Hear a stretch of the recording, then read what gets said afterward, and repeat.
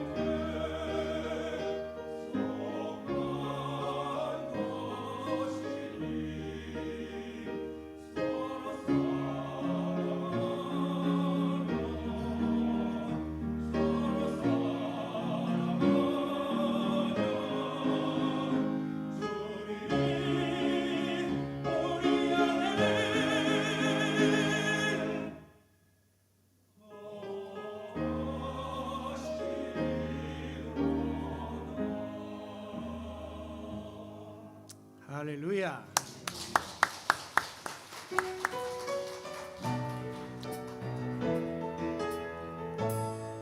이곳에 오셔서 이곳에 앉으소서.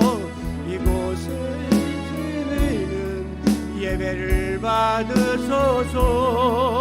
주님의 이름에 주님의 이름만이 주의 이름만 이곳에 있습니다. 우리는 지난 2달에 걸쳐서 우리 속에 깊숙이 자리 잡고 있는 부정적인 쓴뿌리에 대해서 살펴왔습니다. 열등감, 불만족, 염려, 원망, 비방, 미움, 약점, 죄책감, 불안감, 이런 것들이 지금 우리 마음속에 깊숙이 뿌리를 내리고 우리의 삶을 곤고하게 만들고 있다는 것이죠. 이와 같은 감정들의 특징을 공통점으로 찾아보면 왠지 모르게 내가 부족하다, 내가 열등하다라고 하는 자기 비하에서부터 불만족, 염려, 원망 이런 것들이 생겨나는 것이에요.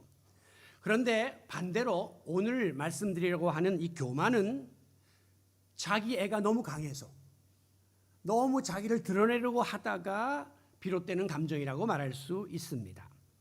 사람이 자기 스스로를 너무 작게 과소평가하면 위축감에 빠지고 열등감에 사로잡히게 되죠.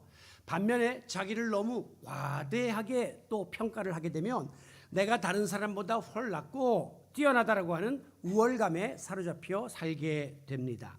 문제는 과유불급이라 무엇인지 너무 지나치면 없는 것만 못하다고 우월감도 때로는 필요하지만 이게 너무 과하고 지나치면 은연중에 말이나 행동에 있어서 표출이 된단 말이에요. 바로 그것이 교만입니다. 즉 다른 대상과 나를 비교해서 내가 모든 면에 있어서 더 낫다라고 하는 생각을 하기 때문에 상대방을 무시하고 함부로 대하고 건방진 자세로 잘난 체하면서 대하게 되는 것이죠. 그래서 이와 비슷한 말들이 자만, 오만, 거만, 교만, 사형제는 다 똑같은 류에 속하는 그런 쓴뿌리입니다. 성경 속에 보면 교만은 하나님보다 인간이 자기를 더 높이려는 마음을 지닌 것을 뜻하는 것으로 이것은 하나님께 대한 도전과 같아서 우상숭배의 죄와도 같다. 그렇게 말씀하고 있습니다. 교만의 역사를 거슬러 올라가 보게 되면 아담과 하와를 꼬이기 위해서 사탄이가 내가 이 선악과를 먹으면 눈이 밝아져 하나님과 같이 된다라고 유혹을 했죠. 솔깃한 아담과 하와는 그만 그 사탄의 유혹에 넘어간 데서부터 비롯된 것입니다. 어디 피조물인 인간 주제에 창조주인 하나님과 같이 되겠다고 교만을 떨은 그 결과가 에덴 초방으로 나타나게 된 거죠. 그런가 하면 또 바벨탑 사건이 있습니다. 인간들이 시날 광야에서 탑을 높이 쌓아서 인간들의 그 촉조술로 하늘의 꼭대기를 닿게 하자 이렇게 하면서 그래서 우리의 이름을 드높이자라고 교만을 드러냅니다. 하나님을 향한 도전장을 낸 것과 같은 것이에요. 그런가 하면 계속 언급되고 있는 이스라엘의 초대 왕 사울 왕의 경우 하나님이 정해놓은 법도를 거역하고 자기가 직접 제사를 집례한다든가 혹은 아말렉과의 전쟁에서 모든 노획물을 다 진멸하라라고 했음에도 불구하고 자기가 판단해서 아각 왕은 살려놓거나 튼실한 가축들을 살려놓는 하나님의 말씀을 온전하게 순종하지 않는 것은 이미 마음속에 하나님이 말씀했지만 뭐 나도 왕인데 내가 할 것은 해야지라고 하는 교만이 사로잡혀 있었음을 보여주는 것입니다. 하나님은 이 같은 교만을 미워하시고 싫어하시기 때문에 결국 하나님은 아담과 하와를 에덴에서 추방하시고 바벨탑은 순식간에 무너뜨려 버리시고 그리고 사울 왕은 폐위시키는 그런 결과를 가져오신 것이죠. 이와 같이 베드로전서 5장 5절에 보면 하나님은 교만한 자를 대적하신다라고 하신 말씀을 그대로 응하신 것입니다. 교만은 하나님이 기뻐하는 자세가 아니에요. 그리고 그 마지막에는 꼭 하나님과 맞짱을 뜨려고 하고 하나님을 거역하는 불순종으로 가기 때문에 죄가 되는 것입니다. 그러므로 교만한 자의 종말은 멸망입니다. 잠언 16장 18절에도 보면 교만은 패망의 선봉이요. 교만한 자는 꼭 망한다. 거만을 떠는 사람은 꼭 실족하고 마지막에 넘어진다. 이렇게 말씀하고 있는 이유가 여기에 있는 것입니다. 그래서 저는 교만을 영혼의 에이즈다. 에이즈 같은 병이다. 이렇게 한번 규정해 보았습니다. 여러분 에이즈에 감염되면요. 사실 에이즈 때문에 죽는 게 아니에요. 에이즈가 감염되면 신체의 모든 면역 기능을 다 약화시키기 때문에 온갖 질병에 무방비하게 노출되어서 나중에 병이 걸려서 죽게 되는 것입니다. 마찬가지로 인간이 이 에이즈 같은 교만에 노출되게 되면 자기 주제 파악을 못하고 자기 통제력을 잃게 되기 때문에 죄에 대해서 면역력을 잃어버리고 죄의 공격을 받게 되고 마지막에 영적인 파멸을 가져올 수밖에 없는 것입니다. 여러분 에이즈 하면 무섭게 생각하시죠. 교만도 버금가는 영적인 무서운 병이다 하는 사실을 자각하셔야 하는 것입니다. 그래서 중세시대 대표적인 신학자였던 토마스 아퀴나스는 말하기를 교만은 모든 죄악의 어머니다라고 했어요. 인간의 모든 죄는 교만이 낳은 자식이에요. 교만의 열매예요. 교만 때문에 우리가 미워하고 거짓말하고 교만 때문에 우리가 탐심을 품게 되어서 마지막에 죄를 짓게 되기 때문에 교만은 모든 죄악의 근본이 되는 것입니다.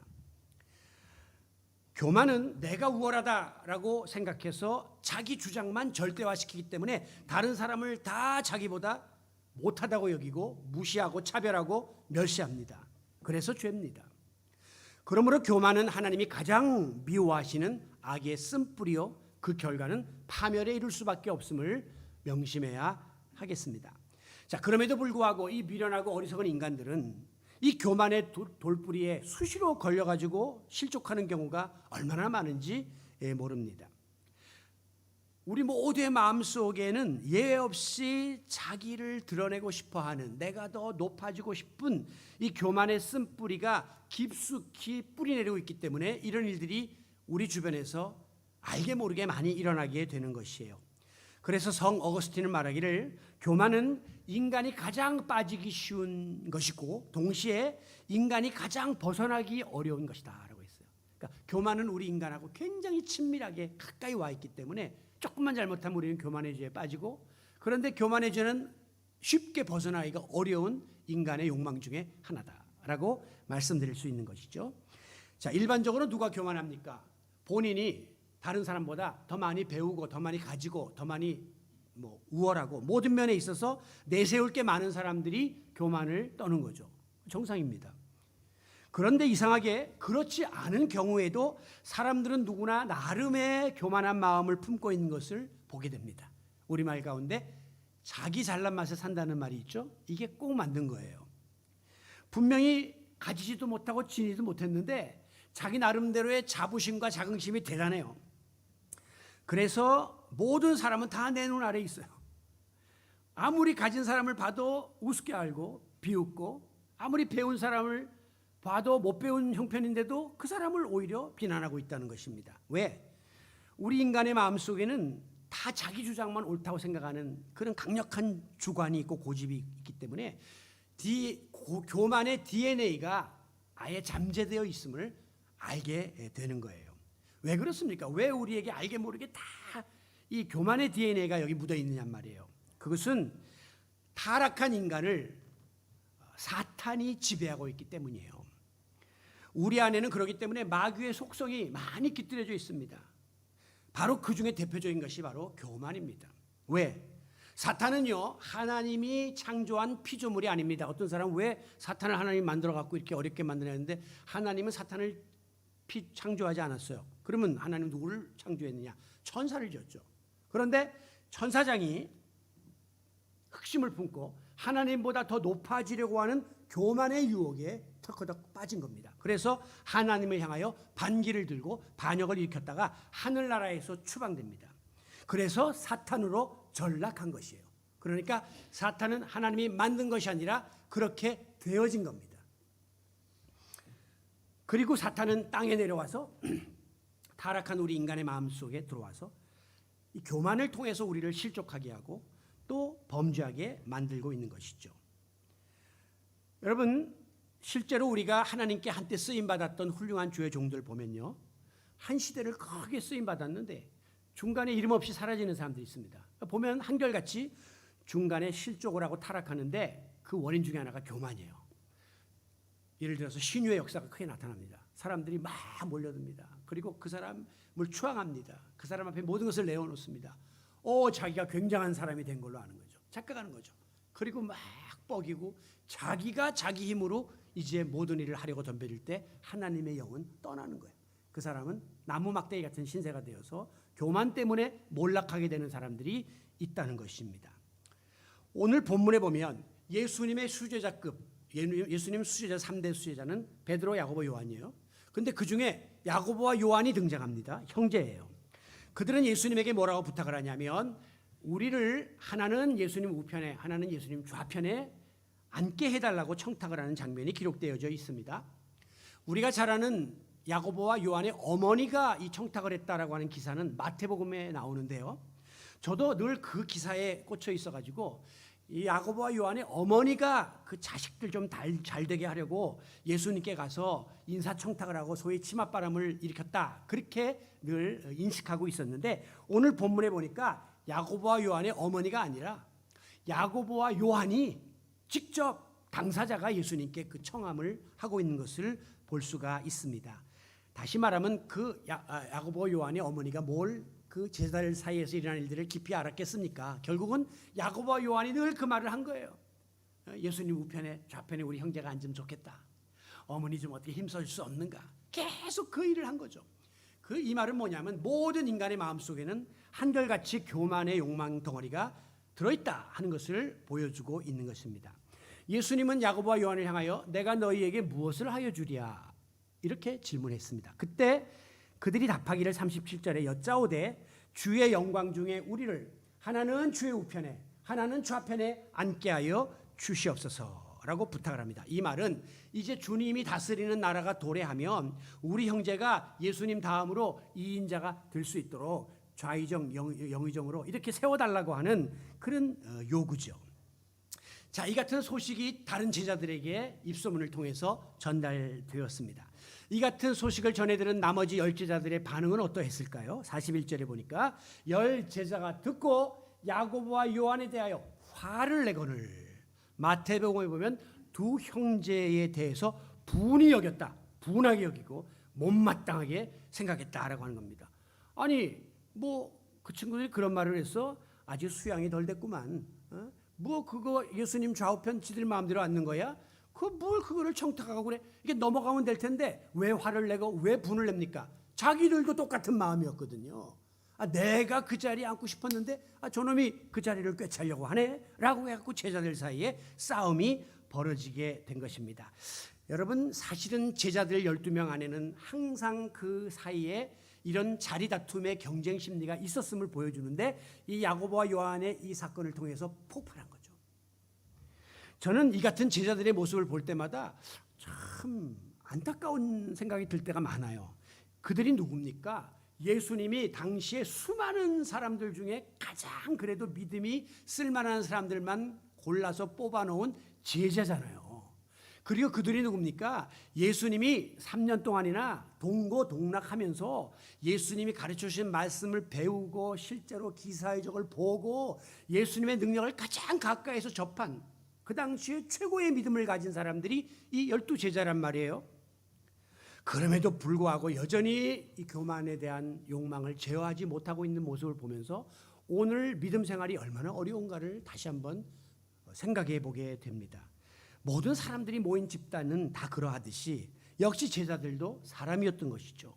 그래서 그 안에 알게 모르게 주도권 전쟁이 벌어지고 있었던 것입니다. 특별히 우리가 잘 아는 베드로를 보십시오. 베드로는 그 3명 중에서도 수제자 노릇을 했던 사람입니다.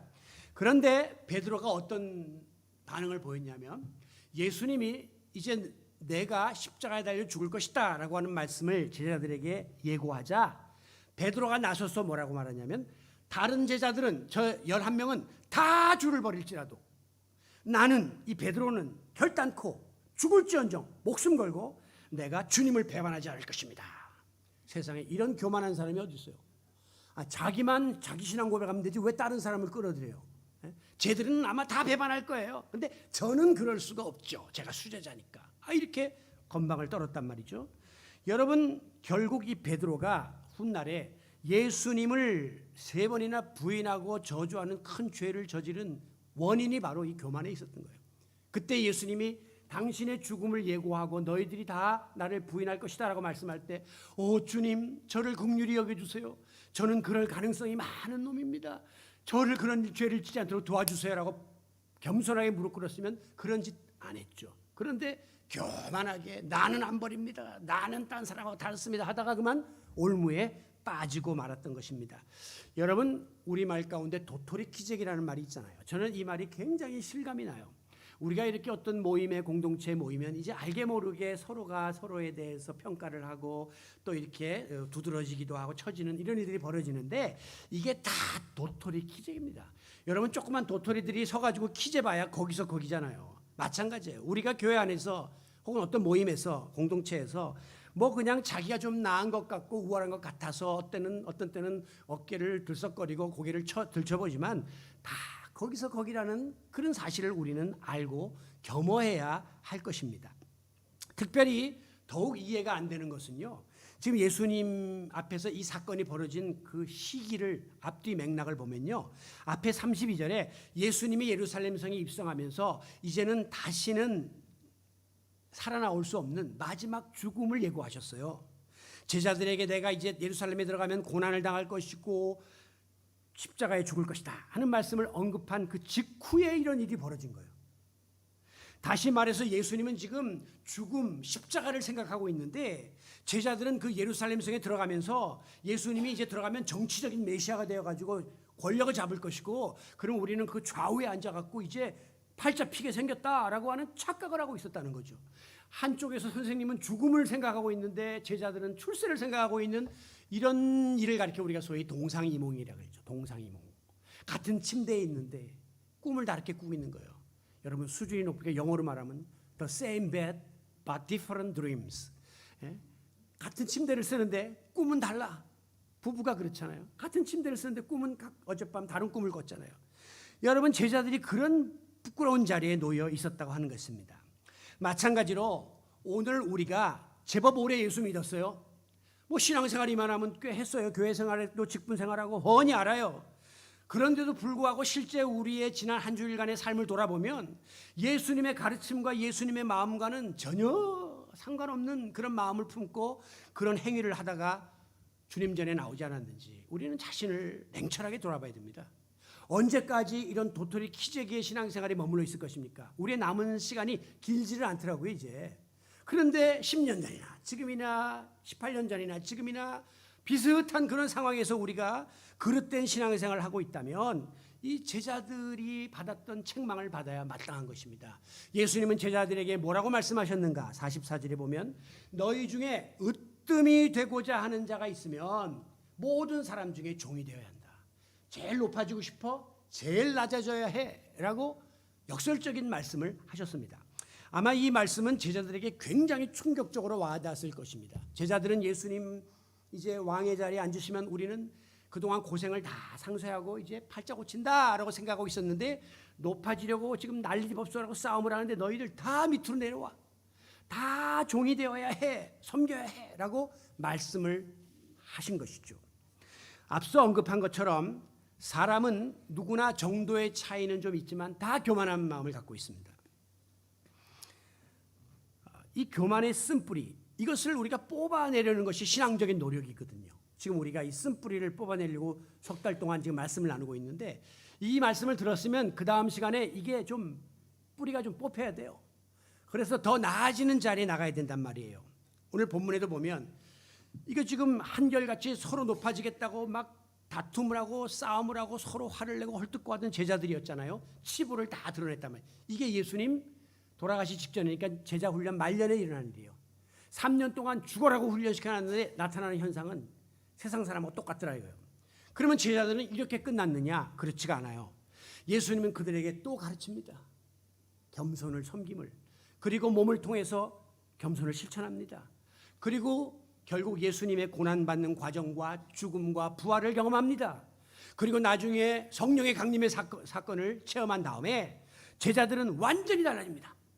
언제 서로 높아지려고 했는가라고 했던 것처럼 하나같이 낮은 자리로 내려와가지고 복음을 전하고 희생하고 헌신하고 초대교회를 섬기고 그러다가 마지막에 다 그토록 원치 않는 순교의 제물이 될 만큼 예수님처럼 죽기까지 낮아지는 자리에 나갔다는 거죠.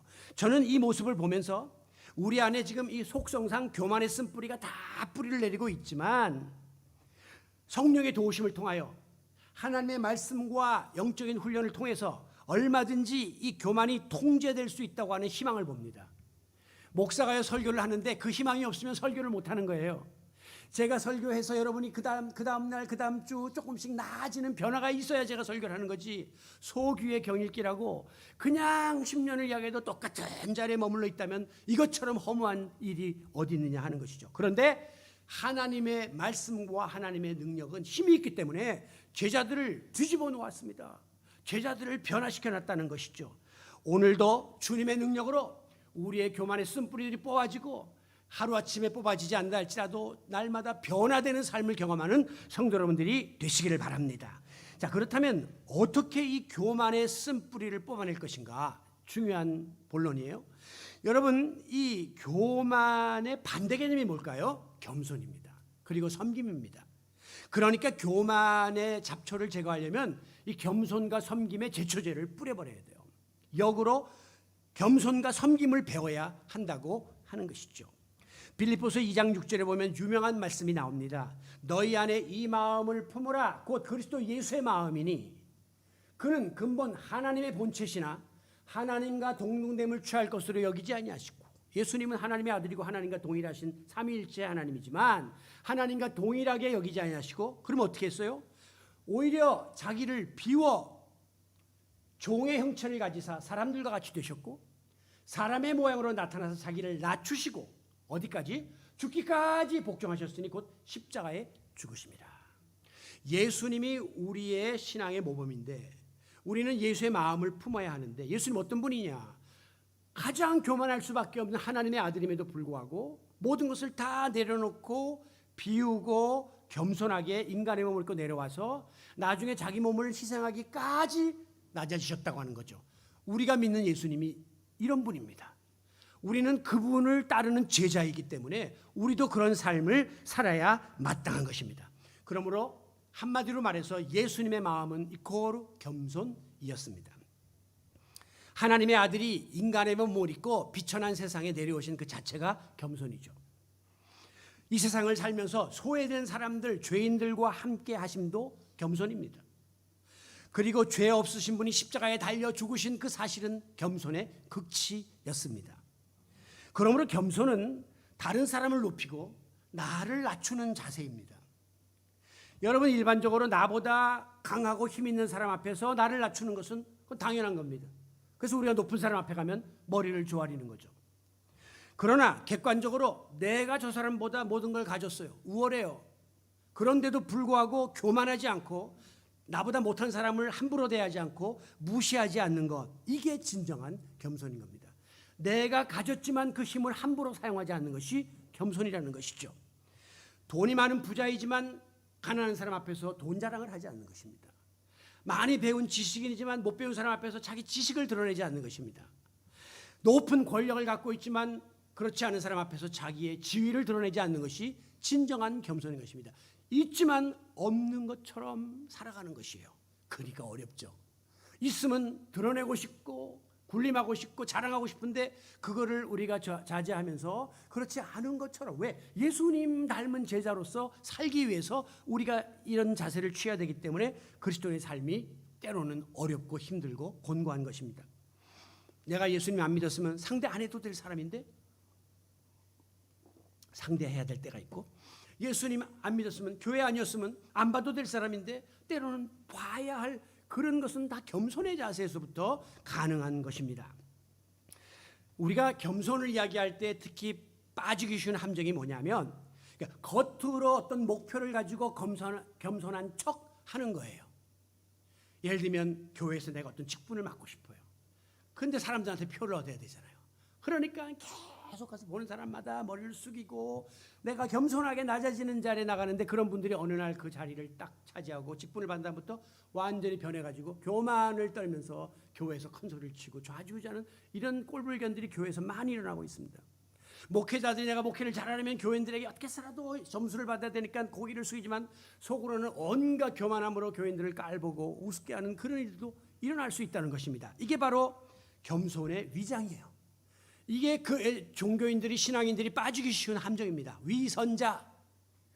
그렇지 않으면서 그런 것처럼 이렇게 위선에 쇼하는 겸손은 우리에게 필요하지 않습니다. 예수님처럼 진심으로 어떤 조건도 어떤 대가도 필요 없이 마음속 깊은 곳에서 우러나는 깨끗하고도 순전한 겸손을 소유하는 성도 여러분들이 되시기를 바랍니다. 그렇다면 우리가 어떻게 이 겸손의 마음을 지닐 수 있을까요? 그것은 내가 뭐 노력하고 애쓰고 수양을 한다고 될 문제가 아니고요. 예수님의 겸손을 본받고자 하는 신앙적인 노력에 의해서만 가능한 거예요. 제자들이 그렇게 예수님한테 3년이나 훈련받고도 교만에 빠져 있었는데 어떻게 변화됐습니까? 그들의 마음속에 예수님의 가르침을 깨닫고 예수님의 속마음 진심을 느끼고 내가 이제 주님 닮은 제자의 삶을 살아야 되겠다고 하는 소원이 생긴 것이에요. 그러다 보니까 그동안에 자기들이 했던 부끄러운 잘못들이 다 회개가 나오는 거죠. 그리고 나서 이제 낮은 자리에 내려가다 보니까 마지막에 순교의 자리까지 나가는 열매를 맺을 수 있었던 것입니다. 그렇기 때문에 너희 안에 이 마음을 품으라. 예수님의 은혜로만 우리가 겸손의 자리에 나갈 수 있음을 가르쳐주고 있는 것입니다. 겸손은요 하늘나라에 속한 성품이요 교만은요 땅에 속한 성품이라고 있습니다. 겸손은요 위에 있지만 아래로 내려오려고 하는 선한 의지지만 교만은요 아래에 있는 주지에 높아지려고 하는 악한 충동입니다. 그렇기 때문에 앙드레지드라고 하는 좁은 문의 작가는 겸손은 천국문을 여는 열쇠고 교만은 지옥문을 여는 열쇠다라고 했습니다. 교만을 가진 사람들은 서로 높아지려고 하기 때문에 서로를 짓밟고 무시하고 싸우기 때문에 거기가 지옥인 거예요. 겸손은 서로 낮은 자리에서 받들려고 하니까 거기 아름다운 천국이 이루어질 수밖에 없는 것입니다. 여러분 지금 우리는 점점 나이가 들어가고 있습니다. 나이가 들어갈수록 우리의 인생은 더 이상 오르막길이 아닙니다. 이제 대부분 30대 40대 넘어간 분들은 꺾이는 겁니다. 발육도 꺾이고요. 모든 지식적 기능과 신체적 기능들이 꺾이기 시작한다는 생각을 해야 돼요. 우리가 젊었을 때 상승의 흐름을 가지고 살았지만 그것이 꺾이면 어떻게 되는 겁니까? 그 다음부터는 세포도 줄어들고 기능도 약해지면서 쇠하여 죽음에 도달하게 되는 것입니다. 그렇기 때문에 한없이 욕망을 가지고 끝없이 교만함을 가지고 무작정 위로만 올라가려고 하는 사람들은 순리를 거스르는 어리석은 행위입니다. 특별히 예수님 믿고 천국의 소망을 갖게 된 성도들은 이 땅의 모든 것들을 내려놓는 훈련을 해야 돼요. 왜? 우리의 소망은 하늘나라에 있으니까. 그리고 예수님 닮은 삶을 살려고 애써야 하는 것입니다. 그것은 바로 날마다 낮아지고 낮아지는 삶을 통해서 우리의 발걸음을 하나님 나라로 가까이 옮기는 순례자의 여정을 살아가는 성도 여러분들이 되시기를 바랍니다. 그래서 더 나이 들수록 더 많이 누릴수록 갖출수록 더 겸손하게 머리 숙여야 하고 더 주님 닮은 삶을 우리가 살아야 하는 것입니다. 한 걸음 더 나아가서 우리가 이 겸손은 교만에서 벗어나기 위한 우리가 품어야 될 마음이에요. 그러나 겸손을 삶 속에 실천하는 구체적인 통로는 바로 섬김입니다. 그래서 겸손과 섬김은 항상 붙어 다니는 거예요. 겸손한 사람은 섬기는 삶을 살게 되고 섬기는 사람 들어보면 한결같이 겸손합니다. 이 둘은 동행자예요. 예수님이 겸손한 마음을 지니셨다라고 그랬죠. 그러면 그 예수님의 겸손한 마음은 어떻게 실천되었습니까? 다른 이들, 없는 이들, 가난한 이들, 병든 이들, 소외된 이들 그들을 섬기는 자세로 실천되었음을 우리는 예수님의 생애를 통해서 알고 있습니다. 오늘 보면 43절에 보면 너희 중에 누구든지 크고자 하는 자는 너희를 섬기는 자가 되어야 하고 너희 중에 누구든지 으뜸이 되고자 하는 자는 모든 사람의 종이 되어야 하리라. 넘어가는 45절 내가 이 땅에 온 것은 섬김을 받으려고 내가 온 게 아니다. 나는 도리어 너희를 섬기려고 왔고 어느 정도까지? 내 목숨을 많은 사람의 대속물로 주기까지 다 내어주려고 나는 왔다. 낮아지고 섬겨서 마지막에는 내 몸을 다 불사르려고 내가 왔다라고 예수님이 당신이 이 땅에 온 목적을 명확하게 보여주고 있습니다. 여러분 우리는 이 예수님을 지금 믿고 있습니다. 그렇다면 오늘 우리의 신앙과 삶의 자세는 어떠해야 할까요? 예수 믿어서 복받고 출세하고 다른 사람에게 군림하고 다스리고 명예를 갖고 이런 것이 우리의 목표가 되면 교회가 이렇게 많지만 구실을 못하고 성도가 이렇게 많지만 구실을 못하는 거예요. 왜? 마인드가 세상 사람과 똑같은 거예요. 세상 사람들 나 잘 먹고 잘 살고 출세하고 돈 많이 벌어서 군림하고 대접받고 사는 거 세상 사람들인데 교회에서도 이 예수님의 마음을 품지 못하고 세상적인 마인드 속에서 살기 때문에 오늘 교회가 성도들이 무기력할 수밖에 없다고 하는 거예요. 여러분 그렇기 때문에 오늘 예수님은 섬기기 위해서 왔다. serving. 그리고 우리 위해서 목숨을 주려고 왔다. giving. 바로 우리 드림의 교회가 giving church예요. serving, sharing. 드리고 섬기고 나누는 삶을 살고 싶어서 이 교회를 시작한 거예요. 18년의 세월이 지났는데 너무 공허합니다. 어떤 때 보면. 정말 우리가 하나님께 드리고 섬기고 예수님이 하신 것처럼 giving, serving 하고 싶어서 우리가 시작했는데 또 다른 일반적인 교회가 되고 있는 것이 아닌가 하는 안타까움이 이 교회를 세운 설립자로서 늘 부끄럽고 하나님 앞에 죄송할 때가 많습니다. 여러분, 예수님은 마지막에 어떻게 이 제자들의 마음을 묶었습니까?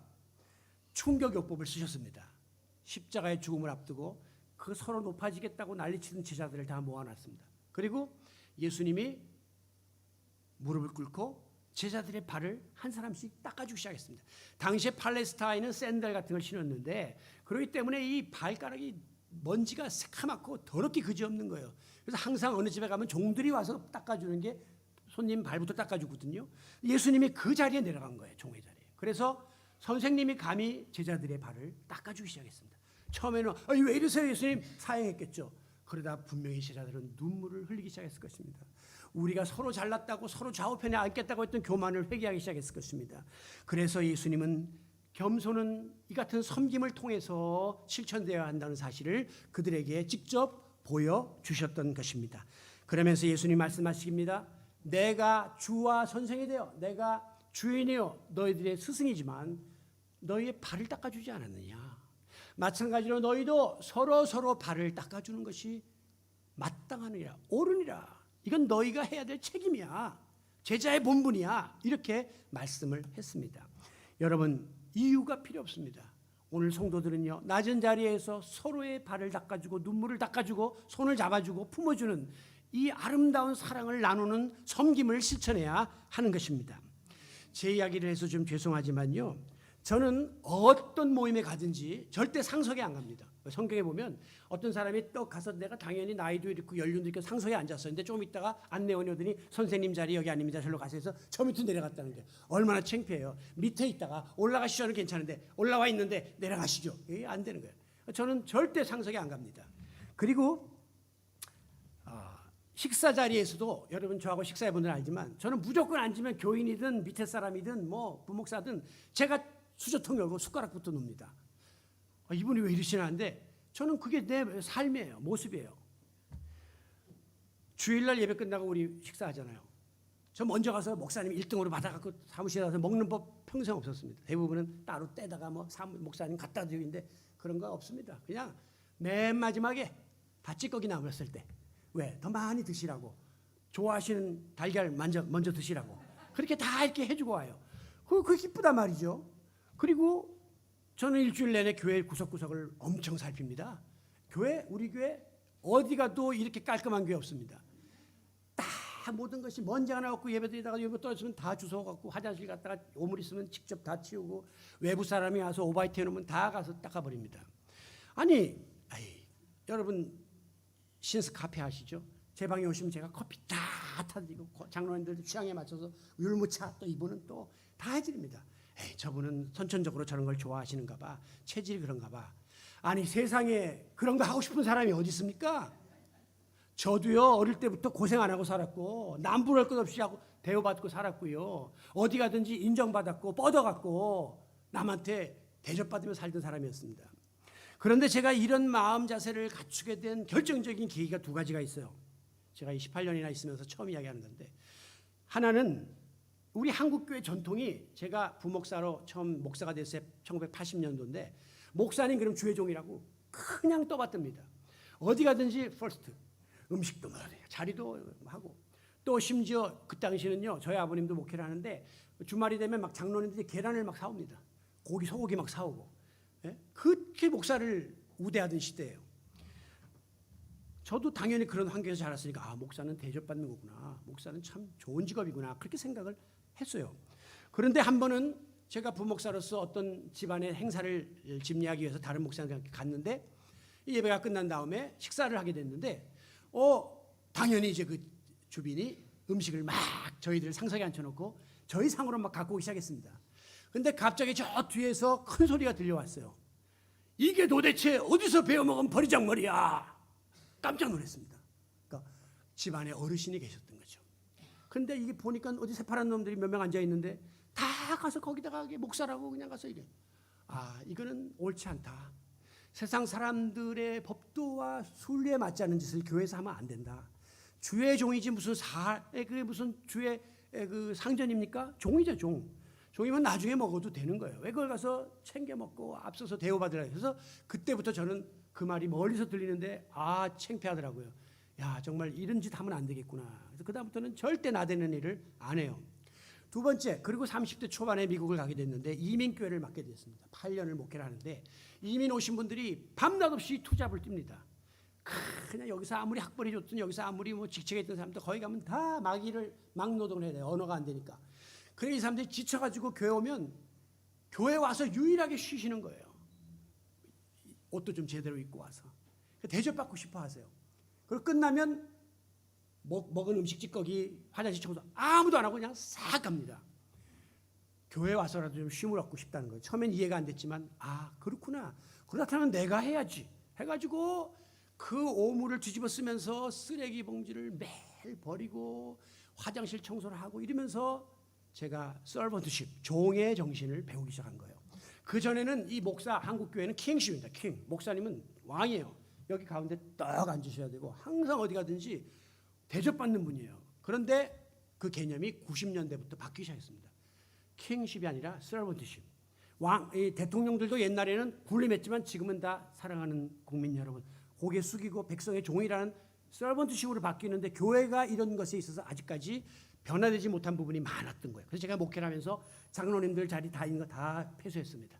거기 높은 자리에 앉아 계시다 내려오세요. 여기 그냥 앉으시고 뭐 임직식 때 뭐 색동저고리 입고 막 난리치는 거. 그 지금 종 되려고 하나님 앞에서 무슨 뭐 드러낼 일 있어요? 다 내려오세요. 이래가지고 완전히 그런 면에 있어서 엄청난 개혁을 했거든요. 뭡니까? 이 겸손의 마음을 배우고 예수님의 마음을 내가 실천하고자 하는 의지를 가지니까 이게 가능해지더라는 거예요. 옛날에 내가 대접받는 자리에 있었고 손 하나 까딱 안 하던 자리에 있었고 날마다 사람들이 갖다 주는 것만 받아먹는 사람이었지만 이제는 줄 아는 목사가 되었고 성도들에게 대접도 할 줄 알고 그리고 베풀 줄 아는 자리에 나갈 수 있더라는 거죠. 여러분들 그런 변화가 없이 교회 백날 교회 문을 밟아봐야 아무런 의미가 없는 신앙생활을 하는 겁니다. 여러분 나는 체질적으로 뭐 그런 걸 싫어하고 뭐 나는 대접받고 회사에서 그거 다 필요 없어요. 회사에서 아무리 높으면 뭐합니까? 여기 사랑의 교회는 소망교회 가보세요. 국무총리도 나와서 교통정리하고 있습니다. 그리고 회사의 회장님들이 와서 화장실 청소하고 있습니다.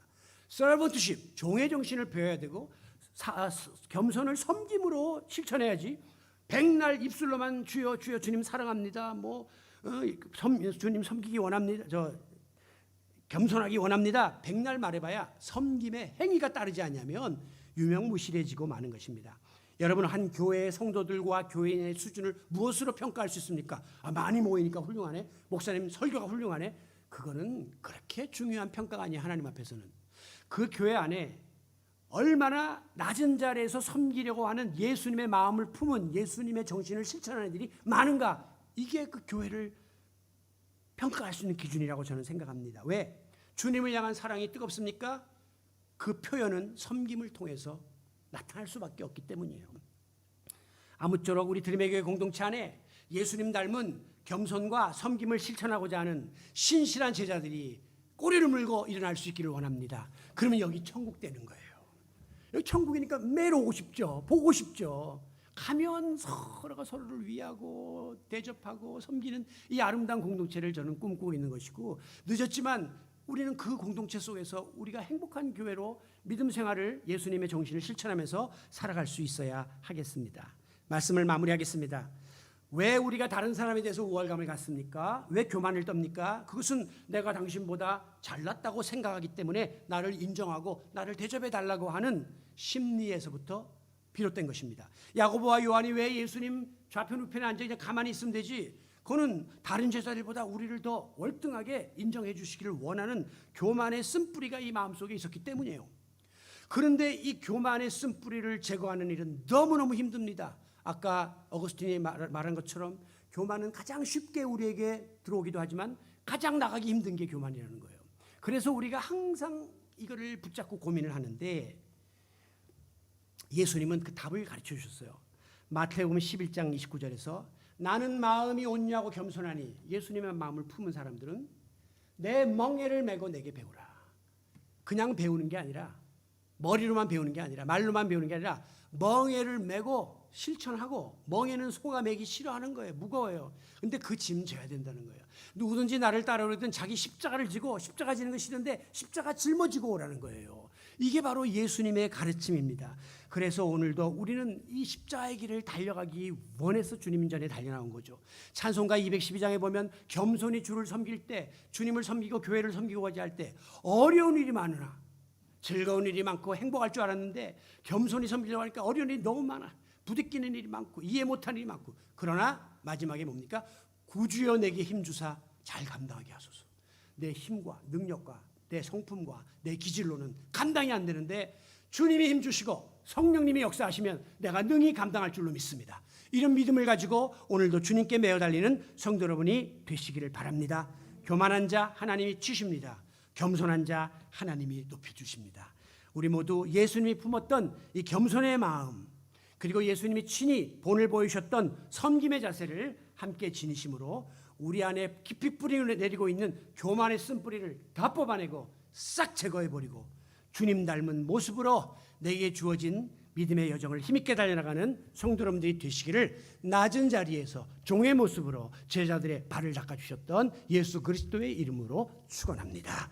존귀하신 아버지 하나님, 이 시간에 우리는 주님 앞에서 우리 자신들의 교만의 죄를 회개하고자 합니다.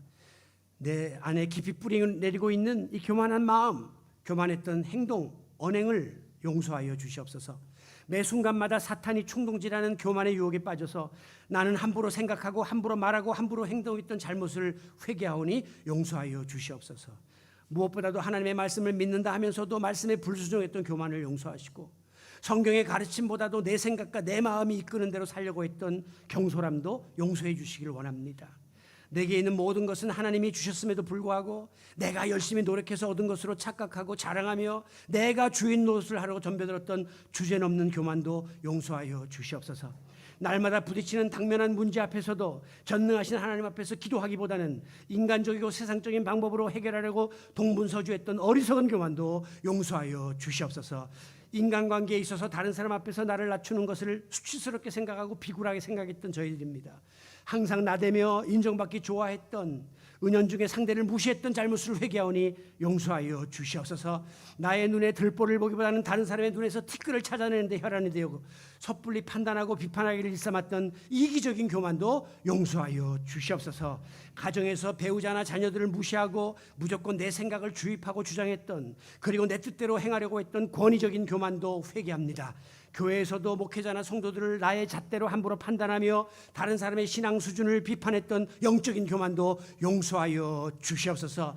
이 시간에 우리의 마음속 깊이 뿌리내린 이 영육 간의 교만의 쓴뿌리를 성령의 불로 맹렬히 태워주시고 제거하여 주심으로 예수님 닮은 겸손한 마음, 예수님의 겸손을 실천하는 섬김의 자세를 우리 각자의 마음밭에 심어주시기를 원하옵고 예수 그리스도의 이름으로 기도하옵나이다. 아멘. 그가 먼저가 아니라 내가 먼저,